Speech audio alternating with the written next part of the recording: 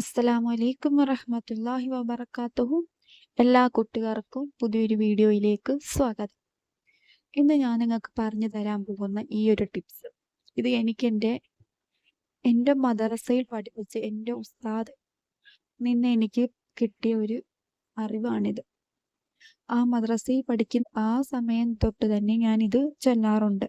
ഇത് ചൊല്ലുന്നത് കൊണ്ട് എൻ്റെ ജീവിതത്തിൽ എത്ര വലിയ ആഗ്രഹങ്ങളായിക്കോട്ടെ, എൻ്റെ നടക്കാത്ത എന്ത് വലിയ ആഗ്രഹങ്ങൾ, ഞാൻ മനസ്സിൽ ഉറപ്പിച്ച കാര്യങ്ങൾ, ഇത് നടക്കില്ല എന്ന് ഞാൻ തീരുമാനിച്ച പല കാര്യങ്ങളും ഇത് ഓതി ഒരാഴ്ച അല്ലെങ്കിൽ ഒരു 2-3 ദിവസത്തിനുള്ളിൽ തീർച്ചയായിട്ടും നടന്നിരിക്കും.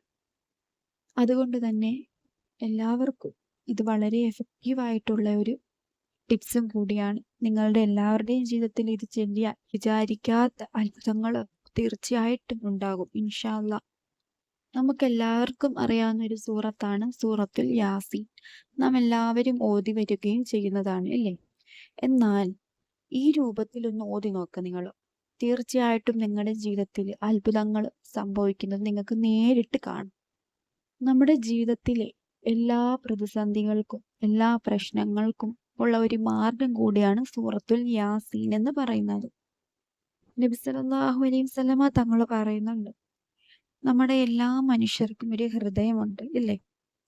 എന്നാൽ നമ്മുടെ പരിശുദ്ധ ഖുർആന്റെ ഹൃദയമാണ് സൂറത്തുൽ യാസീൻ എന്ന്.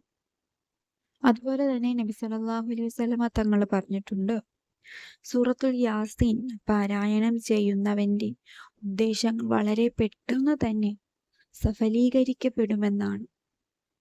ഞാൻ പറഞ്ഞു വന്നത് എന്താന്ന് വെച്ചാല്, നമ്മുടെ ആഗ്രഹങ്ങൾ, നമ്മുടെ ആവശ്യങ്ങൾ, ഇനി എന്തുമാകട്ടെ, അതെല്ലാം നമുക്ക് പെട്ടെന്ന് അത് സാധിച്ചു കിട്ടാൻ വേണ്ടി സൂറത്തുൽ യാസീൻ ഞാൻ ഈ പറയുന്ന രൂപത്തിൽ ഒന്ന് ഓതി നോക്കിയാൽ പെട്ടെന്ന് അതിനുള്ള ഫലം കിട്ടുന്നതായിരിക്കും.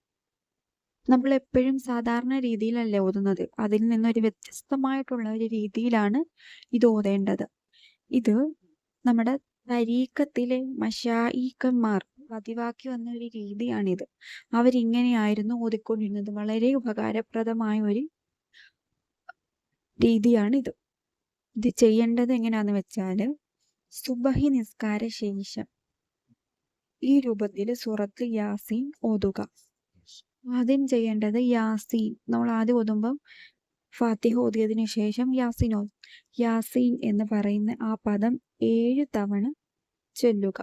യാസീൻ യാസീൻ യാസീൻ എന്ന് സാവധാനം 7 തവണ ചൊല്ലുക. തുടർന്ന് ബാക്കിയുള്ളതും കൂടി ഓതുക. എന്നിട്ട് 38ാമത്തെ ആയത്തെത്തിയാൽ അത് 14 തവണ ആവർത്തിച്ചോതുക. ദാലിക തഖ്ദീറു അസീസുൽ അലീം എന്ന ആയത്ത് 14 തവണ ആവർത്തിച്ച് ഓതുക. ദാലിക തഖ്ദീറു അസീസുൽ അലീം, ദാലിക തഖ്ദീറു അസീസുൽ അലീം എന്ന് 14 തവണ ആവർത്തിച്ച് ഓതുക. പിന്നീട് യാസീന്റെ ബാക്കി ഭാഗങ്ങളും ഓതുക. എന്നിട്ട് 58ാമത്തെ ആയത്ത് എത്തിയാൽ അത് 16 തവണ ആവർത്തിച്ച് ഓതുക. സലാമുൻ ഖൗലൻ മിർ റബ്ബിർ റഹീം, സലാമുൻ ഖൗലൻ മിർ റബ്ബിർ റഹീം, സലാമുൻ ഖൗലൻ മിർ റബ്ബിർ റഹീം എന്ന ആയത്ത് 16 തവണ ആവർത്തിച്ച് ഓതുക. എന്നിട്ട് യാസീൻ ബാക്കി ഭാഗങ്ങൾ ഓതുക. എന്നിട്ട് യാസീന്റെ അവസാന ഭാഗമായ 81ാമത്തെ ആയത്ത് അത് 4 തവണ ആവർത്തിച്ച് ഓതുക. അവലൈസല്ലദീ ഖലഖസ് സമാവാതി വൽ അർള എന്ന് തുടങ്ങുന്ന ഈ ആയത്ത് 4 തവണ ആവർത്തിച്ച് ഓതുക. എന്നിട്ട് അവസാനം യാസീൻ സൂറത്ത് പൂർത്തിയാക്കുകയും ചെയ്യുക. ഞാനിപ്പോൾ ഈ പറഞ്ഞ രീതിയിൽ 4 അല്ലെങ്കിൽ 7 തവണയോ സുബഹി നിസ്കാരത്തിന് ശേഷം യാസീൻ ഓതി പൂർത്തിയാക്കുകയാണെങ്കിൽ അവരുടെ ഉദ്ദേശം പെട്ടെന്ന് സാധിച്ചു കിട്ടുന്നതായിരിക്കും. ഇങ്ങനെ ഓതുകയാണെങ്കിൽ നമ്മുടെ ആഗ്രഹങ്ങൾ എത്രയും പെട്ടെന്ന് നമ്മൾ സാധിച്ചു കിട്ടുന്നതായിരിക്കും. മനസ്സിലൊരു ദൃഢമായ വിശ്വാസമാണ് ആദ്യം വേണ്ടത്. ഞാൻ ഇങ്ങനെ ഓതിയാൽ എൻ്റെ റബ്ബ് എനിക്ക് തരും എന്നുള്ള ഒരു ദൃഢമായ വിശ്വാസം മനസ്സിൽ എപ്പോഴും ഉണ്ടായിരിക്കണം.